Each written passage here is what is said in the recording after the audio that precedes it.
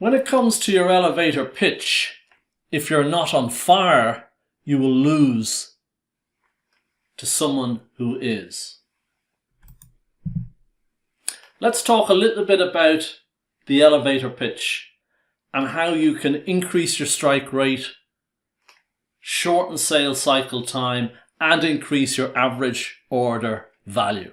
But sometimes your elevator pitch fails. Why might it fail? Well, often that's down to your inadequate product and market knowledge, a lack of preparedness, or just your selling skills are lacking. You're just in old school, so you're too pushy, you're not listening, and you're just not earning the respect and the trusted advisor type status that you need to win more pitches than you lose. There are high consequences and there's a high price to be paid if your strike rate is only around 20 or 30%.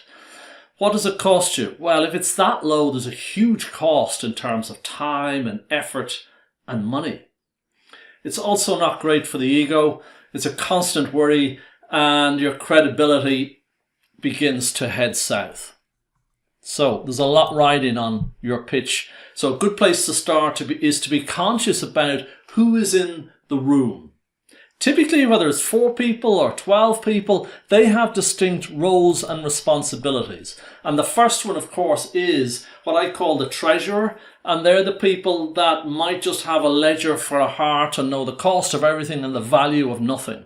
But you've still got to work with those people and you've got to bring them with you. A second type of role and function is very often the implementer, and that's the person that has to work with you, and they have to evaluate how easy is it going to be to work with this particular supplier. Thirdly, then, of course, you can have what we call the evaluator, and that's the person with the line straight down the page, pros and cons of doing business with you as distinct from doing business with another provider. And then you're a coach. And that coach is a very important person because they have brought you in and they can give you the heads up before, during, and after. But the trick is to ensure that you've got good solution dynamics for them, that there's joined up thinking all round. That's really what you're after. Now, for joined up thinking all round, you've got to appreciate that buyers typically are woven in doubt, inertia, and fear. And you've got to cut through that with rational and emotional reasons to buy from you. And to do that, you've got to be aware of the anchors that are in all buying decisions. And they relate to things like economics. Okay, the cost of working with you as distinct from another provider. That's one key factor you've got to address if you want to walk in the shoes of buyers. A second one, of course, is their strategy, not your strategy. How well do you tie in with their strategy and their objectives for the year or subsequent 5 years, whatever that may be? A third one is the risk they're taking of buying from you as distinct from somebody else. A fourth one, of course, is all related to this fella here, which is compliance. How well you comply with their regulatory bodies in terms of quality and standards. And lastly, politics.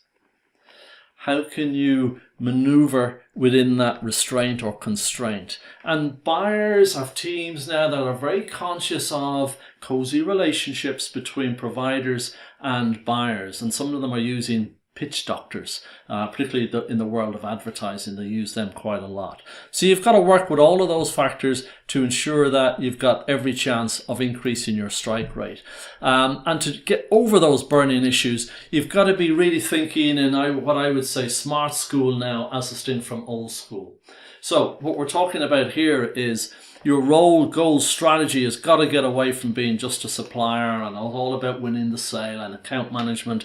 And you'll get more doors opening for you if you're into 2021 and beyond. So your thinking is really quite different. You're not a supplier, you're a strategic partner. It's not about winning the sale, it's about winning the customer.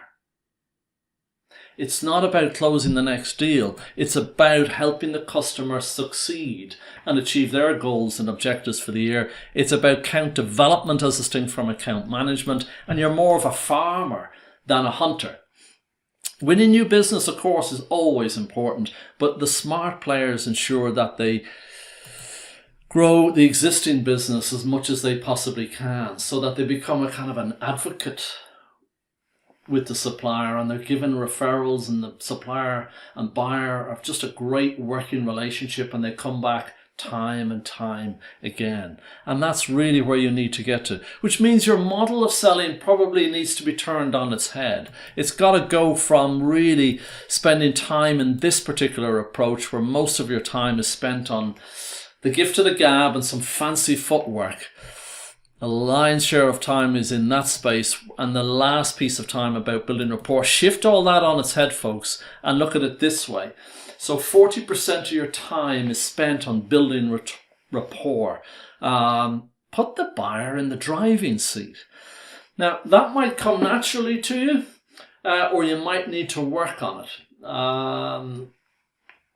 Don't assume it's going to be there from the off. I remember coming back from a project in Sydney, and I was to meet a buyer in Emirates in Dubai, and I was told by the coach that had set up the appointment that the buyer loves rugby. And I said, great, well, I know a bit about rugby, but I don't know that much. So in Sydney Airport, I bought a couple of rugby magazines and just studied them on the flight over. And I spent probably a good third of the meeting with that guy talking about rugby. But that put down the foundation for what was to follow, which was the diagnostic side of things. I spent a good bit of time on diagnostics. So essentially seek first to understand before you hope to be understood. Then make your case in a confident, in a sense of authority, sincere and empathetic way by being a solution provider, building the business case for choosing from you as distinct from anybody else, shoehorn in your made-to-measure value proposition there, which is authentic relevance, which just cuts it very nicely. And then the bump in the road, which is the final stage of getting across the line, should be less cumbersome, and you should get through it, which is the one piece we hate about selling, but it's the one piece that should be a little bit more straightforward for you. All right, so that's the right way of doing things. Just to help you with that, my friend John has a terrific book on business-to-business selling, and this is a quote straight from the book.